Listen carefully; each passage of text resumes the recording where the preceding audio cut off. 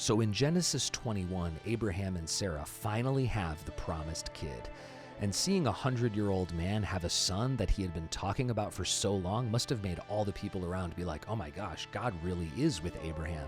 Because the captain of Abraham's army, Abimelech, came to him and said, I want you to swear an oath that you'll protect me and my descendants. Then they got into like a totally BC argument about wells and sheep, but when they got it all worked out, Abraham went and planted a tree and prayed.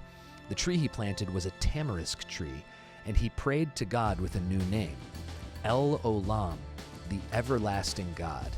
Abraham had waited 25 years for the son, and now he had him. He must have all of a sudden realized that time doesn't apply to God, that God sits outside of time and watches reality like a YouTube video, that God has no beginning and no end. God is everlasting. He's like a battery that never runs out and powers the universe and also rules it. L-OLAM. That finite moment for Abraham must have been so overwhelming. I wonder if God revealed this name to him, or if Abraham said it because he knew who God was, especially at the beginning of the promise coming true that his descendants would fill the earth. Oh, and remember that tree he planted? That's a cool part too. It was a tamarisk tree, and tamarisk trees release an average of 500,000 seeds per plant per year, which is an absolutely ludicrous amount of growth and multiplication.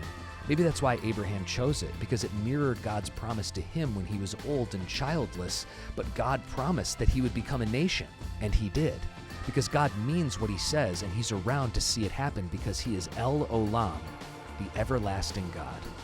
Through God's names, we learn more about God. My hope, though, is that it won't stop there, that you wouldn't just know more about God, but that you would truly know him.